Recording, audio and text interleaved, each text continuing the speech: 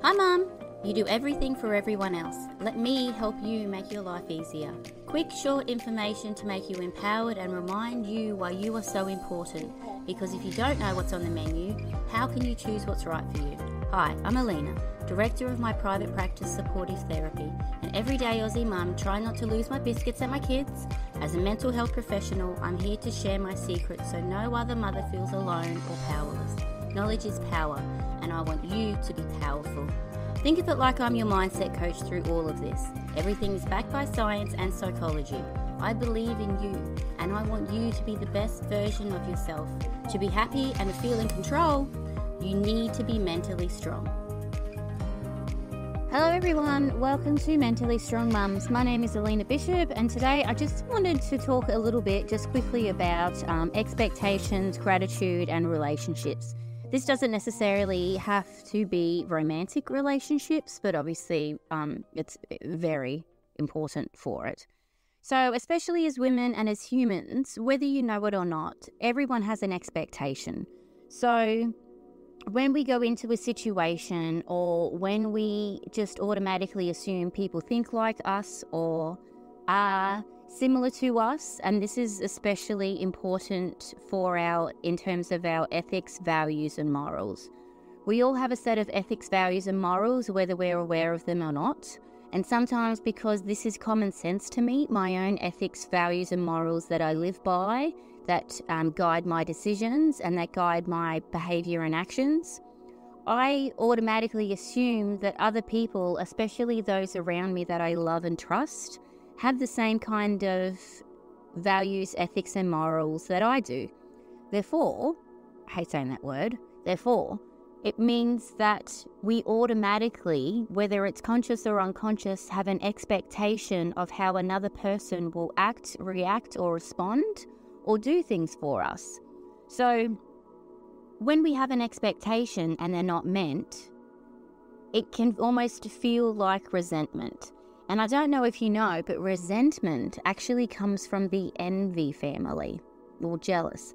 If I'm resentful of something, it means that I'm generally jealous or envy of something or someone and what they're doing. And if that's not then resolved, it will then turn into anger or frustration or irritability.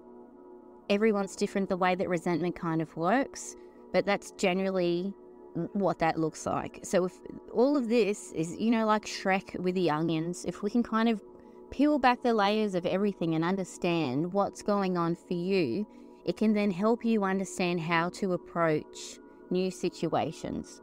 So understanding, number one, that everyone has their own set of values, ethics and expectations. And because this is the way that I think, I assume, because these are the correct ethics, values and morals that I have, that you should probably have them too, right? That means that I then have an expectation if I ask for something or if I assume that you would do this for me because it's an obvious step for me. As soon as my expectations are broken, I'm disappointed in some way, and then sometimes it can then lead to resentment. So if you can understand what you're actually envious about or jealous about in that situation, or it could even sometimes have to do with your children. So with your children, for example, I assume that part of our family values and expectations is to doing this. And it's obvious for me, and this is what I want to ingrain and instill in my children. But obviously kids are kids, they're egocentric, it's all about them and they want to do whatever they want, the majority of the time.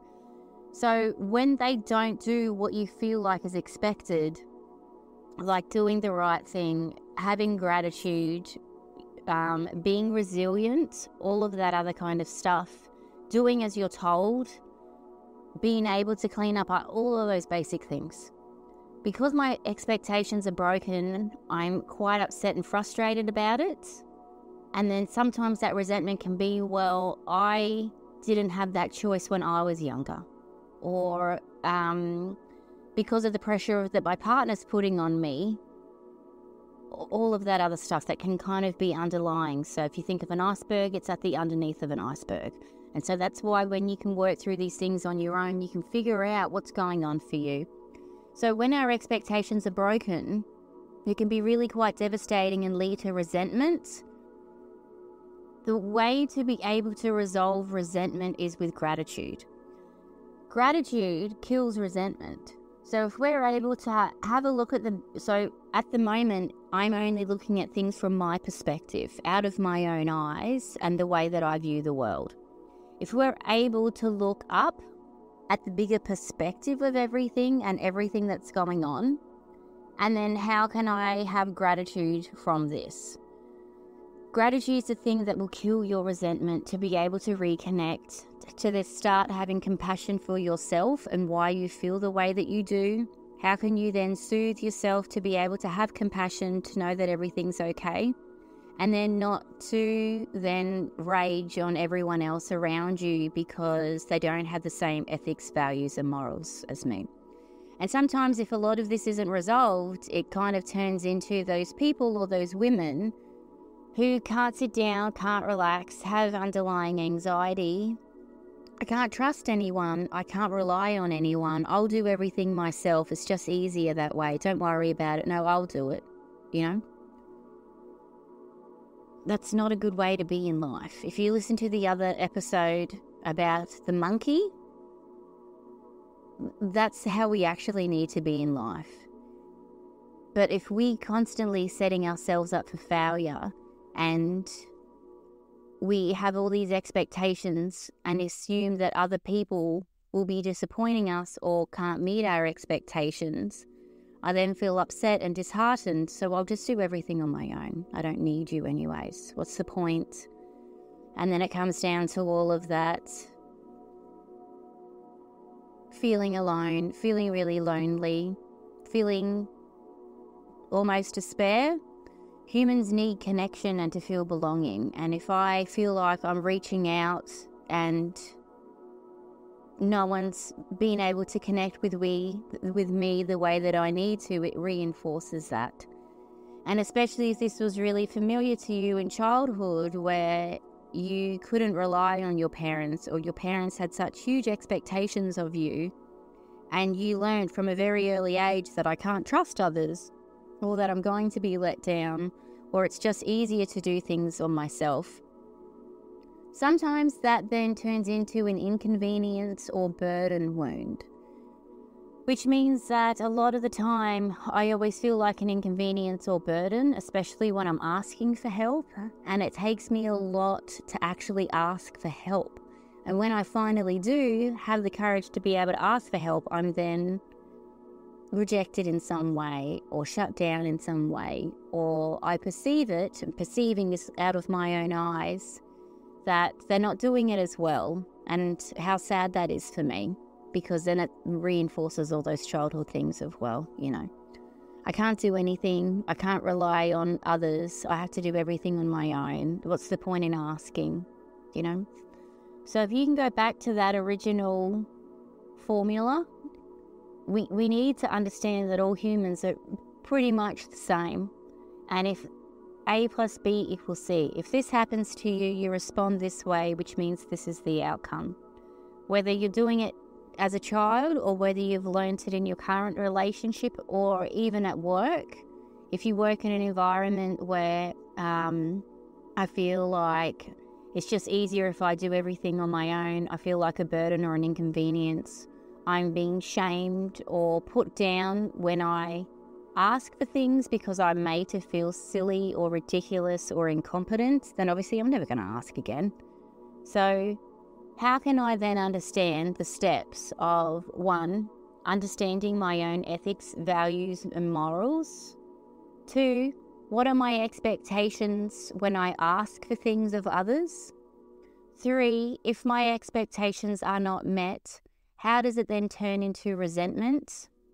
And then 4, looking from the bigger perspective of things to actually have gratitude for what's going on, which then leads to self-forgiveness and self-compassion.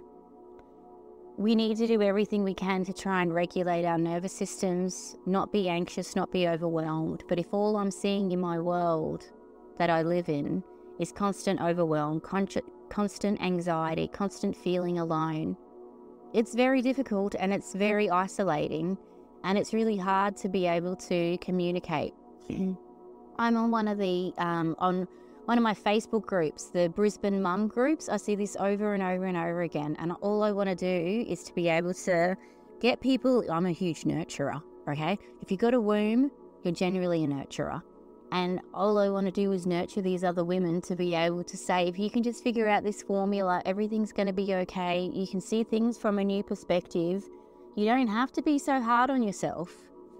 It is difficult because we are dominated by estrogen. Estrogen is the thing that helps us try to be the CEO of the household.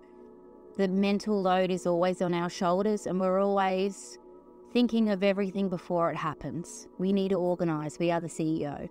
And this is very difficult if you do have ADD or ADHD or any kind of neurodiverse, because my executive functioning in my brain, which is behind my forehead. So the things that are at the top of your forehead are higher thinking, and the things that are at the bottom of your forehead are primitive and emotional and trauma. So all your executive functioning is behind your forehead, which is at the top of your brain. And if I'm impacted by ADD, ADHD, combination of both, or any kind of neurodiverse, this could actually contribute to all of that as well, because I can't finish a task. Why is everything harder for me than it is for others? How come I only do things at the last minute? Why is it easier for everyone else to manage, you know? And especially if you're a woman dominated by estrogen, it can be very difficult as well.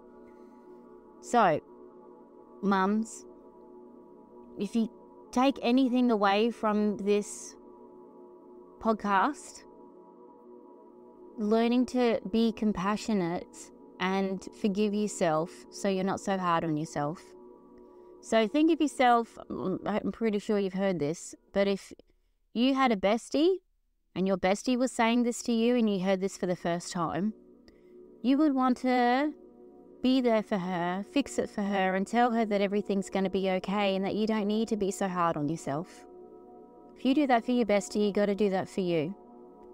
How can I then do that in all aspects and facets of my life, from my kids to my romantic relationship to my work, even to my family members around me? Because we're all different and we're all unique, and we all have a different set of values, ethics and morals, and understanding that those are the things that motivate my expectations. And when my expectations are broken, it can then lead to resentment, and that means I'm envious of others for something, and you've got to figure out what that is to then push you to the bigger perspective and to see things from a gratitude perspective. Does that make sense? I hope it does. That's all I have to say today. As with all mums, we are busy, we are time poor, so this was just a cute little nugget to be able to make you put things into perspective. If it was a lot, if it was overwhelming, go back and listen to it again and even write notes, because it's very important that you can learn yourself and understand why you are reacting the way that you are and how you need to respond. That's the difference. And obviously, having a growth mindset, we'll talk about next week. Have a fabulous day, mums. Thank you for listening to all my rambles. That sounds like a burden and inconvenience wound right there. Have a good day. Bye. If you are hearing this message, you've listened to the entire episode, and for that, I want to thank you for your support. It takes me hours to research and create this for you, so I genuinely hope you enjoyed it and felt more mentally strong. If you have any suggestions or improvements, let me know, because I'm always open for criticisms. If you have found my information useful, please leave a review and subscribe. So by leaving a review, it's a value exchange. It's good karma. I value your support just as much as you value my free information. So find me on Instagram and Facebook by searching Mentally Strong Mums, and I'm Aussie, so we're spelled M-U-M. And then you can find heaps of resources on www.mentallystrongmums.com. And this podcast is for you. So let me know what topics you would like to see covered in future episodes. And if yourself is a professional that is working with mums and would like to be a guest to help other mums be mentally strong, I would love to support you. So message me on Instagram on Mentally Strong Mums, MUMS, all one word. Thank you so much for your time. Have a wonderful day, you beautiful mum.